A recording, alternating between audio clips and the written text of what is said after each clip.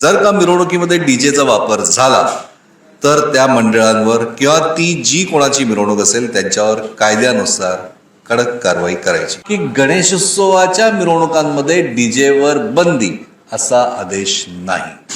कोणत्याही मिरवणुकांमध्ये, मग ती मिरवणूक कोणत्याही जाती, धर्म, पंथ, परंपरा, कोणताही विधी त्याची असो, त्या कोणत्याही मिरवणुकीमध्ये या प्रकारच्या डीजे वादनाची परवानगी ही रद्द केलेली आहे. नमस्कार, मी सिद्धेश. एक महत्वाची बातमी समोर आलेली आहे. ती बातमी काय? प्रशांत बागसरांकडनं जाणून घेऊया. बातमी सध्याच्या गणेशोत्सवाच्या पार्श्वभूमीवरती सगळ्या मंडळांसाठी अत्यंत महत्वाची आहे. फक्त मंडळच नाही तर येत्या काळामध्ये आता लग्न होण्याचे दिवसही जवळ येतात आणि मिरवणुका, वराती असं सगळं निघणाऱ्या धूमधडाक्यामध्ये त्यांच्यासाठी देखील महत्वाची बातमी आहे. बातमी काय? प्रशांत सरांकडनं जाणून घेऊयात. प्रशांत सर, काय नेमकी बातमी आहे? 3 महत्वाच्या गोष्टी आहे. म्हणजे की या एकाच बातमीतनं मुंबई उच्च न्यायालयाच्या एका निर्णयानं अनेक वेगवेगळ्या प्रकारच्या घडामोडी घडणार आहे हे निश्चित. म्हणजे गणेशोत्सव एकदम तोंडावर येऊन ठेपलाय, पण गणेशोत्सवाच्या मिरवणुकीमध्ये डीजे वापरायला पूर्णपणे प्रतिबंध करण्यात आलेला आहे. मुंबई उच्च न्यायालयाने राज्य सरकारला हे आदेश दिले. अटॉर्नी जनरल यांनी सुद्धा युक्तिवाद केला. राज्य सरकारने गृह खात्याला आदेश दिले. गृह खात्याने सर्व पोलिसांना आदेश दिले. मुंबई पोलिसांना सुद्धा दिले. आणि ते आदेश अत्यंत स्पष्ट आहे. जर का मिरवणुकीमध्ये डीजेचा वापर झाला तर त्या मंडळांवर किंवा ती जी कोणाची मिरवणूक असेल त्यांच्यावर कायद्यानुसार कडक कारवाई करायची. बरं, याच्यावर जे कायदे जे ना अत्यंत स्पष्ट आहे सिद्धेश. म्हणजे डेसिबलची जे उल्लंघन करतात त्यांच्याबद्दलचे जे कायदे आहेत ते इतके स्पष्ट आहे. म्हणजे ती मालमत्ता तर जप्त होतेच, पण त्याच्यानंतर जे गुन्हे दाखल होतात आणखीन त्या BNS नवीन कायद्याअंतर्गत त्याचा अंतर्भाव केल्यामुळे ज्या चक्रा त्यांच्या सुरू होतात त्या कार्यकर्त्यांच्या, तर कुठून मिरवणुकीमध्ये मी डीजे लावला आणि कुठून मी त्या डीजेवर नाचलो, याच्यानंतर ते आऊट घटकेचा आनंद जो आहे तो नंतर मात्र एकदम परमनंट. म्हणजे की अरे बापरे, म्हणजे की आपण म्हणतो ना की काय काय गाणे डीजेवरनं लागलेले आहेत, हे डीजे लाव आणि अगदी हे सगळे गाणे. फक्त एक महत्त्वाचा मुद्दा याच्यात हा आहे, मुंबई उच्च न्यायालयाने हे स्पष्ट केले की हे फक्त म्हणजे जरी लोकांना वाटतंय की गणेशोत्सव आहे, आमच्याच सणांवर घाला का, आमच्याच सणांवर असे निर्णय का, असे जे एक वेगळ्या प्रकारचे प्रवाद सुरू होतात किंवा अशा प्रकारचे आरोपही सुरू होतात, त्यांना हे स्पष्टपणे सांगायचं आहे की गणेशोत्सवाच्या मिरवणुकांमध्ये डीजेवर बंदी असा आदेश नाही.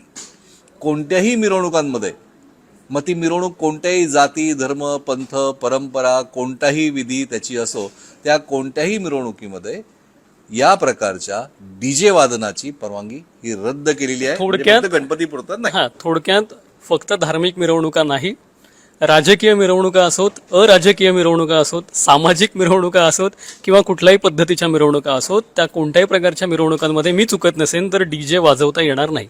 बरोबर प्रशांत सर? तू चुकतच नाहीये, कारण तू मुंबई हायकोर्टात आणि मीही चुकत नाही, कारण आपण दोघंही मुंबई हायकोर्टाने घेतलेला जो निर्णय तो निर्णय आपण सांगतोय. त्यामुळे आम्ही चुकण्याचा कोणता प्रश्न येत नाही. पण या निर्णयावरनं तुम्ही लक्षात ठेवा, जे कोणी कार्यकर्ते सगळे बघतायत, शेवटी गणपती बाप्पा हा प्रत्येकाच्या आनंदाचा उत्सव असतो.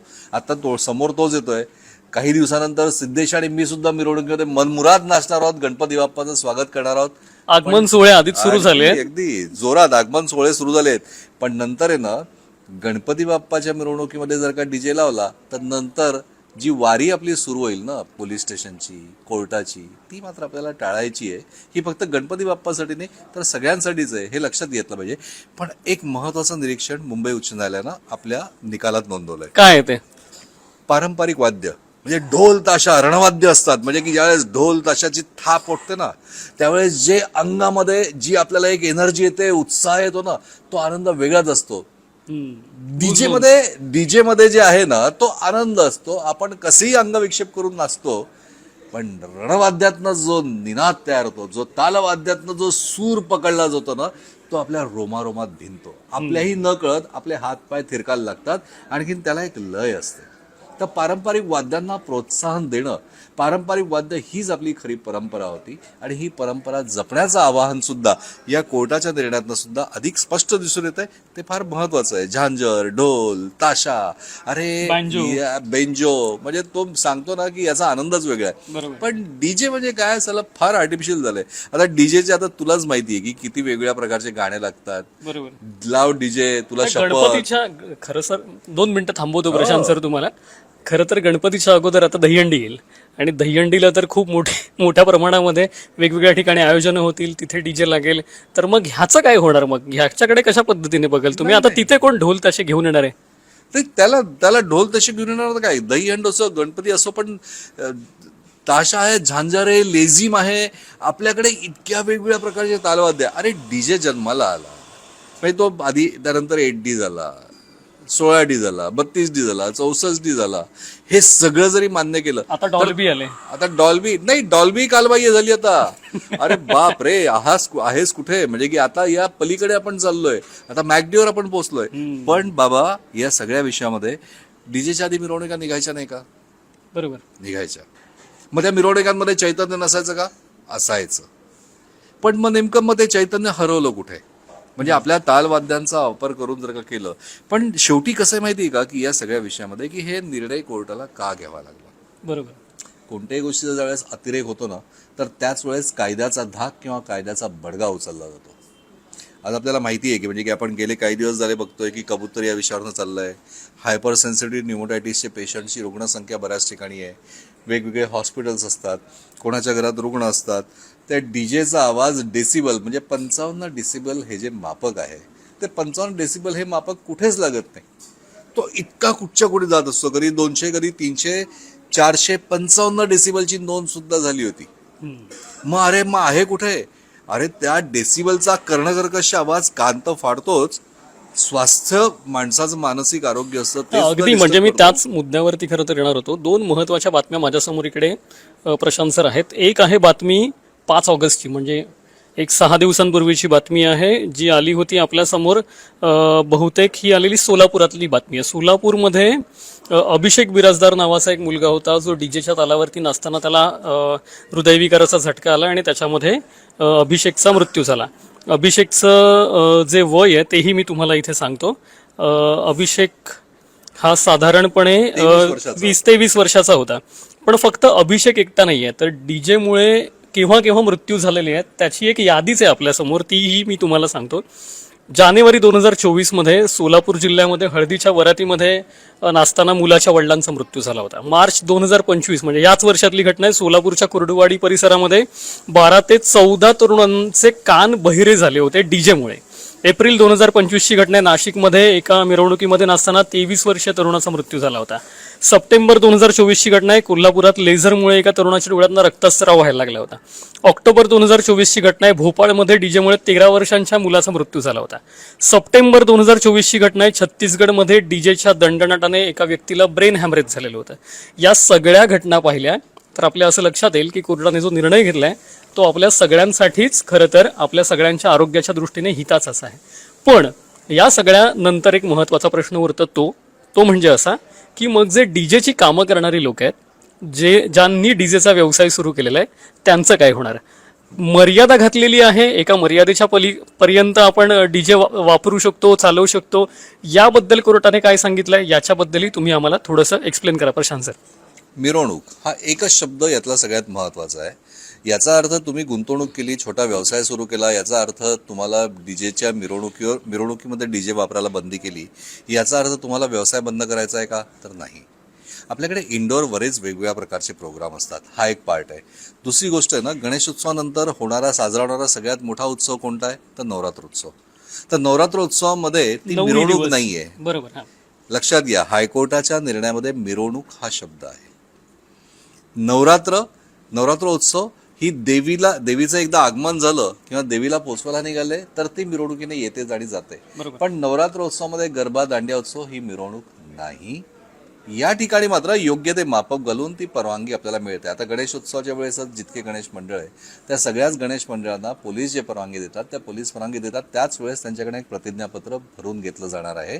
कारण या आदेशाच्या अधीन राहून जर तुम्ही कोणत्या कायद्याचं उल्लंघन केलं, जर तुम्ही डेसिबलची मर्यादा ओलांडली, जर तुम्ही डीजे लावलाच तर तुम्ही या कारवाईला पात्र आहात. या BNSचा उपयोग जर का केला, हायकोर्टाने दिलेल्या डायरेक्शनचा उपयोग केला तर सिद्धेश या गणेश मंडळांना पुढच्या वर्षी परवानगी मिळायला सुद्धा त्रास होऊ शकतो. अशा प्रकारची परिस्थिती आहे, कारण तो कायदाच तसा आहे.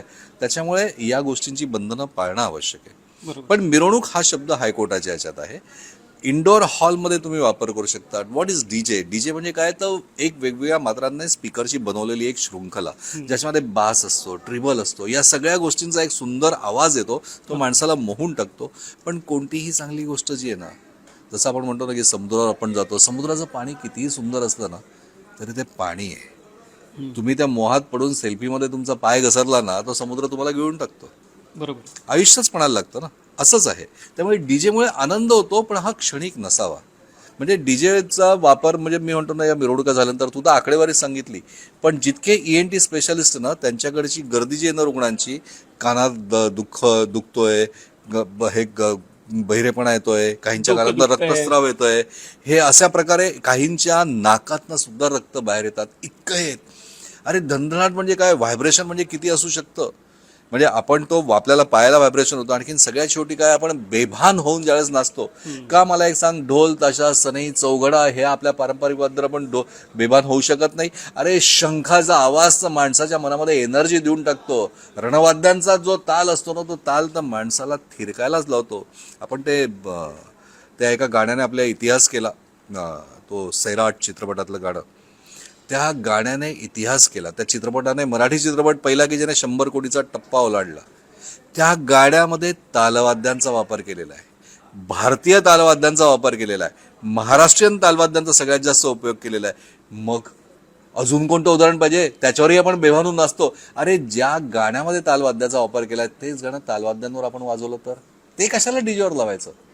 मूळ जे आहे ते महत्वाचं आहे. निश्चितच, म्हणजे नाचण्यासाठी डीजे महत्वाचा नाहीये, मनातली भावना महत्वाची आहे. आपण कशावरती बेभान व्हावं हा प्रत्येकाचा व्यक्तिगत विषय होऊच शकतो, पण महत्वाची गोष्ट ही की आपण वापरत असलेल्या डीजेमुळे इतरांना त्रास होऊन त्यांच्या मृत्यूला, त्यांच्या आजारपणाला, त्यांच्या आरोग्याच्या होणाऱ्या त्रासाला आपण कारण व्हावं असं कुणालाही वाटणार नाही आणि कुणालाही वाटू नये. त्यासाठी आपण प्रत्येकाने खबरदारी घ्यावी आणि अपेक्षा करतो आम्ही दोघंही की तुम्ही सगळेजण ती खबरदारी घ्याल. त्यामुळे कोर्टाने दिलेल्या या निर्णयाचं तुम्ही स्वागतच कराल अशी अपेक्षा आहे. पण तुम्हाला नेमकं या निर्णयाबद्दल काय वाटतंय? तरी एक महत्वाची गोष्ट याच्यात सांगतो.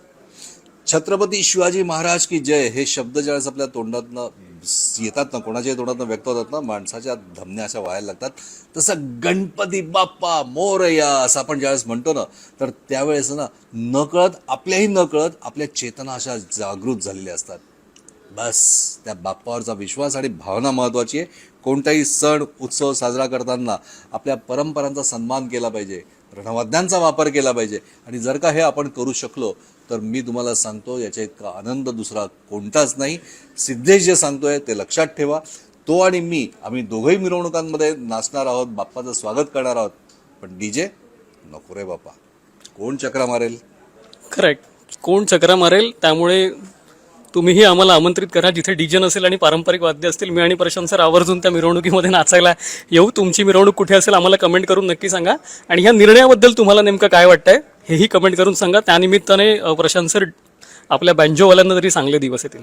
थांबतो याच व्हिडिओमध्ये इथेच. नक्कीच बेंजोवाल्यांना चांगले दिवस येणारच. अरे बेंजोमध्ये तर मजा आहे यार, तर संगीताचा आनंद. संगीत ही एक वेगळीच अनुभूती आहे. ती संगीत माणसाला प्रफुल्लित करते, ती संगीत माणसाला जिवंत करते. त्याच्या भावना चांगल्या, म्हणजे ते काही गोष्टी ना त्या शब्दांच्या पलीकडे असतात.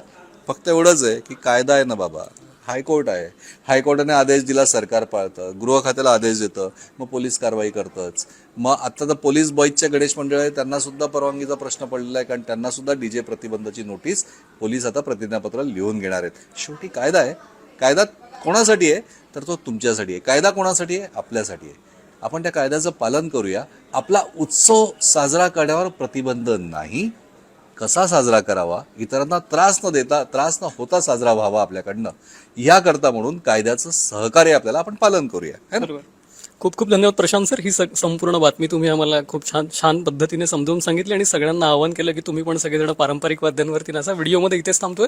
तुमच्या मनातले प्रश्न या बातमीशी संदर्भात जे काही असतील कमेंट करून नक्की सांगा. त्याचं उत्तर देण्याचा आम्ही मनापासून प्रयत्न करू.